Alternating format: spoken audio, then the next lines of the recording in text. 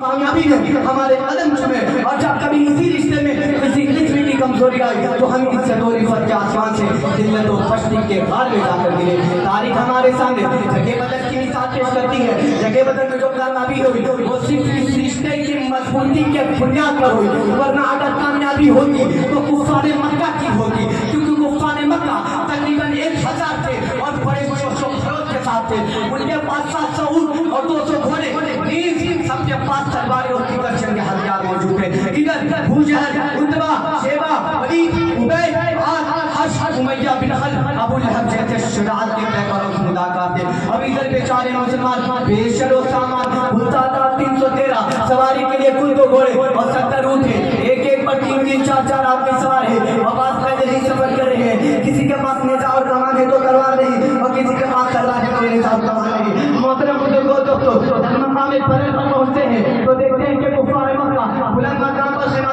ہو چکے ہیں, جہاں پانی کی بھی فرمانی ہے. بیچارے مسلمانوں کو پشتر تیری سبھی پر خیمہ ہونا پڑا. ایسی جگہ پر کہ اگر کسی کو پیاس لگے تو ایک گھونٹ پانی پینے کے لیے نہ ملے. اگر جنگ کے اندر جتنے اسباب اور جتنی چیزوں کی ضرورت پڑتی ہے وہ سب کفار مکہ کو حاصل ہے, مگر جب لڑائی شروع ہوتی ہے تو کفار مکہ کاٹر عمری کی طرح کاٹے جاتے ہیں. کفار مکہ کا سب سے بڑا سردار ابو جہل کو بچوں اور ماؤں کے ذریعے مارا جاتا ہے. عبداللہ بن مسعود رضی اللہ عنہ اس کے سر کو جسم سے جدا کر دیتے ہیں. مسلمانوں, آپ جانتے ہیں کہ عبداللہ بن مسعود رضی اللہ عنہ کون ہے؟ یہ وہی ہے جن کو مکے کے صحن میں اسی ابو جہل نے مارتے بیہوش کر دیا تھا. آج میدان جنگ کے اندر وہی عبداللہ بن مسعود رضی اللہ عنہ ابو جہل کا سر قلم کرتے ہیں. امیہ بن خلف ابو جہل کے بعد کفار مکہ کا سب سے بڑا سردار سمجھا جاتا تھا, لیکن اپنے ساتھیوں کو اس طرح تہتے ہوتے دیکھ کر میدان جنگ چھوڑ کر بھاگنے لگے. میدان جنگ چھوڑ کر مکہ کی طرف بھاگ پڑا. حضرت بلال رضی اللہ عنہ اس کے پیچھے بھاگے اور قریب پہنچ گئے. امیہ بن خلف گھبرا کر گھوڑے سے نیچے گر جاتا ہے, ایک کے بل لے جاتا ہے, معافی مانگتا ہے, شور مچاتا ہے, امن چاہتا ہے, لیکن بلال رضی اللہ عنہ اس کے پیٹ کے نیچے سے تلوار چلا دیتے ہیں اور اس کو جہنم رسید کر دیتے ہیں. اسلام کے نوجوانوں, جانتے ہو بلال رضی اللہ عنہ کون ہے؟ اسی امیہ بن خلف کے غلام ہیں. جہاں اسلام قبول کیا تو مکہ کے اندر امیہ بن خلف دوپہر کے وقت تپتے ہوئے ریت پر پتھر کی بڑی بڑی چٹانیں رکھ دیتا تھا تاکہ حرکت نہ کر سکے. رات کے جنزیروں میں باندھ کر کوڑے لگا دیتا تھا اور اگلے دن ان کو گرم زمین پر زیادہ زخمی کیا جاتا کہ تقریب سے بے قابو ہو کر اسلام سے پھر جائے یا اسی طرف کر مر جائے. پیروں میں رسی باندھ کر مکہ کی گلیوں کی طرف گھسیٹا جاتا ہے. طرح طرح کی اذیتیں اور تکالیفیں پہنچائی جاتی ہے. یہاں تک کہ تکالیف دینے اور تنگ کرتا ہے, اٹھا جاتا ہے. کبھی امیہ بن خلف کا نمبر آتا ہے, کبھی ابو جہل کا نمبر آتا ہے, کبھی اوروں کا نمبر آتا ہے. آج میدان جنگ کے اندر وہی اپنے غلام آقا عمر یعنی امیہ بن خلف کو قتل کرنے کے لیے دوڑ رہا ہے اور امیہ بن خلف میدان جنگ چھوڑ کر بھاگ رہا ہے. مسلمانوں, وہ کون سی چیز تھی جس نے غلام کو غالب اور آقا کو مغلوب کر دیا؟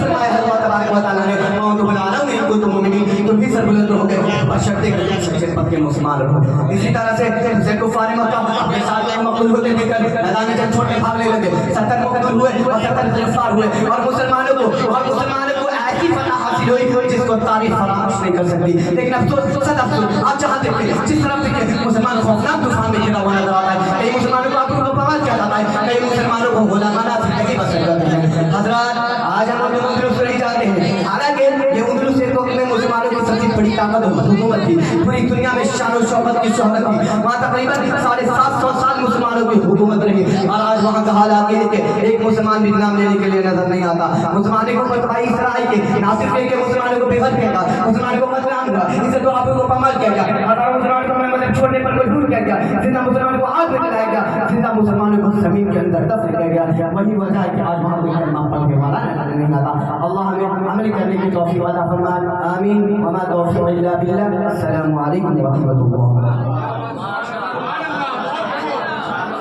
ماشاء اللہ, سبحان اللہ, جزاک اللہ. میرے دوستو, آئے میں پھر تقریر کے لیے ہی عزیزم محمد شمساد سلم ابن محمد ہلال خان مقام پر حریت گنج سے گزارش کروں کہ وہ آئیں اور اپنے مواعظ حسنہ سے ہم سامعین کو نوازیں.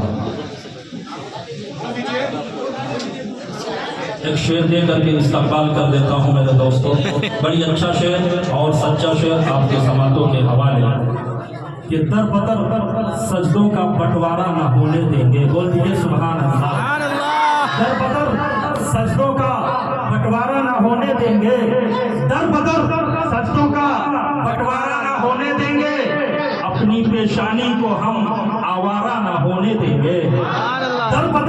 सजदों का बंटवारा न होने देंगे, अपनी पेशानी को हम आवारा न होने देंगे। और मस्जिदों वाले समझते हैं कबूतर का मकाम, मस्जिदों वाले समझते हैं कबूतर का मकाम, बाप के कब्र पर मीनारा न होने देंगे।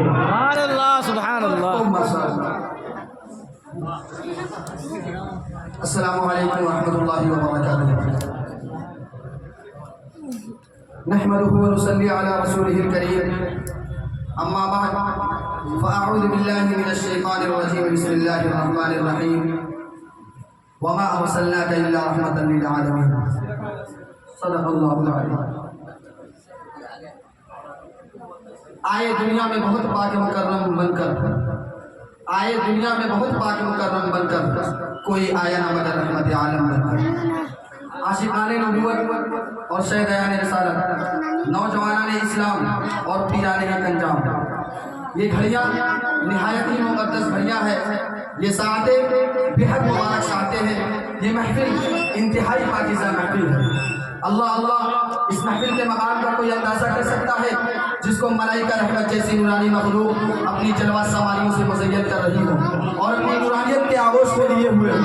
फरमाया, राज़बाज़ों के सरदार, पाकबाज़ों के सरदार नबी रहमत ने कि जिस मुबारक महफिल में ज़िक्र खैर होता है उसको मलाइका रहमत परवानवार आकर खैर देते हैं। नाज करते हैं मलक ऐसी ज़मीन पर आसान, नाज करते हैं मलक ऐसी ज़मीन पर आसान जिसमें दो चार घड़ी ज़िक्र खुदा होता है। ऐसी मुबारक सातों में ज़िक्र पूरे इस दास्तानों का नहीं होगा।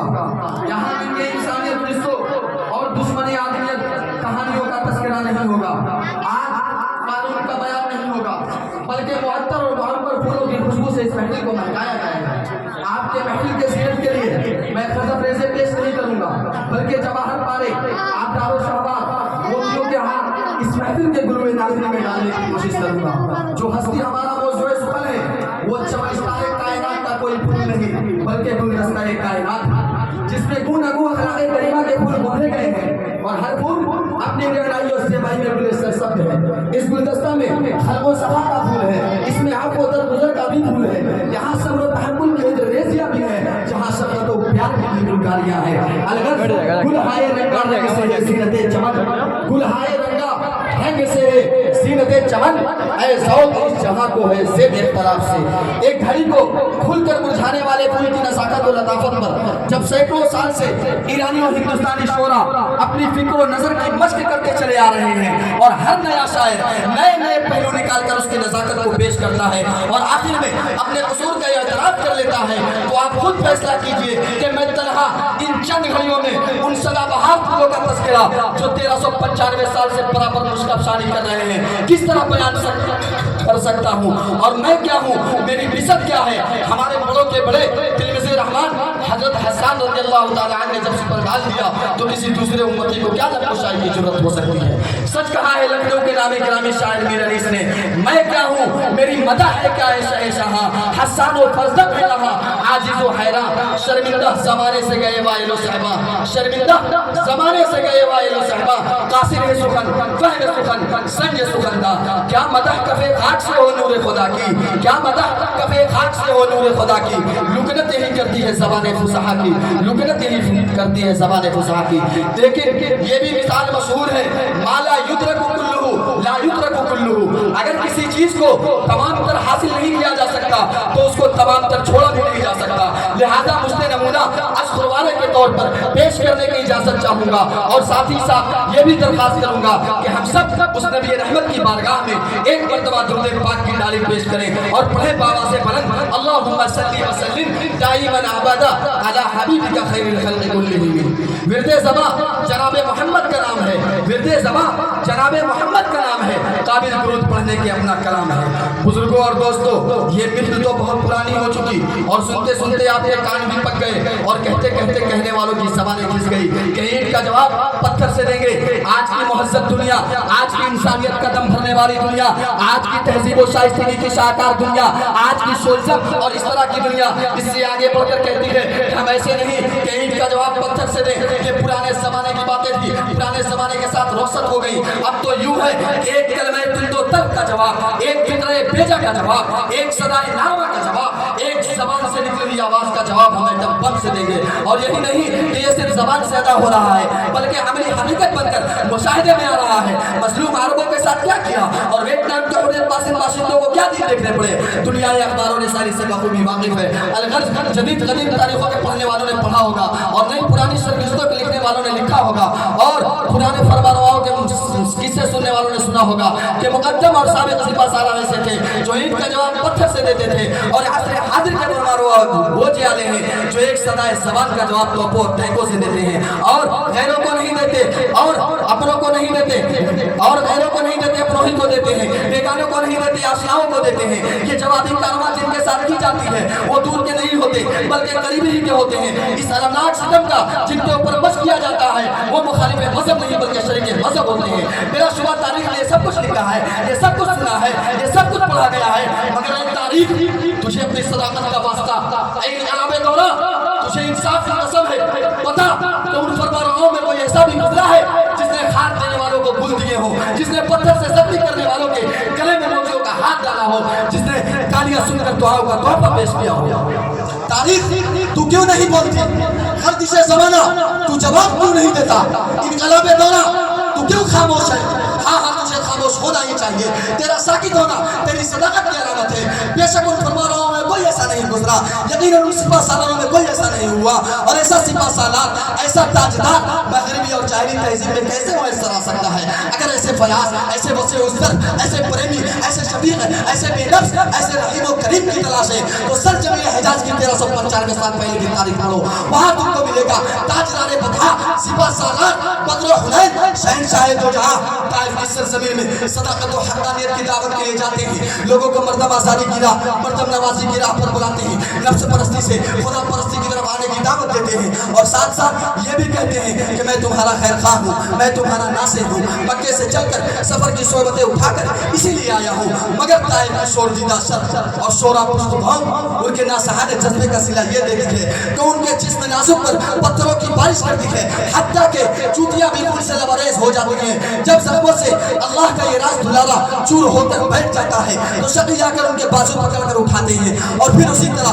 पथराव करते करते शहर के बाहर लाकर छोड़ जाते हैं।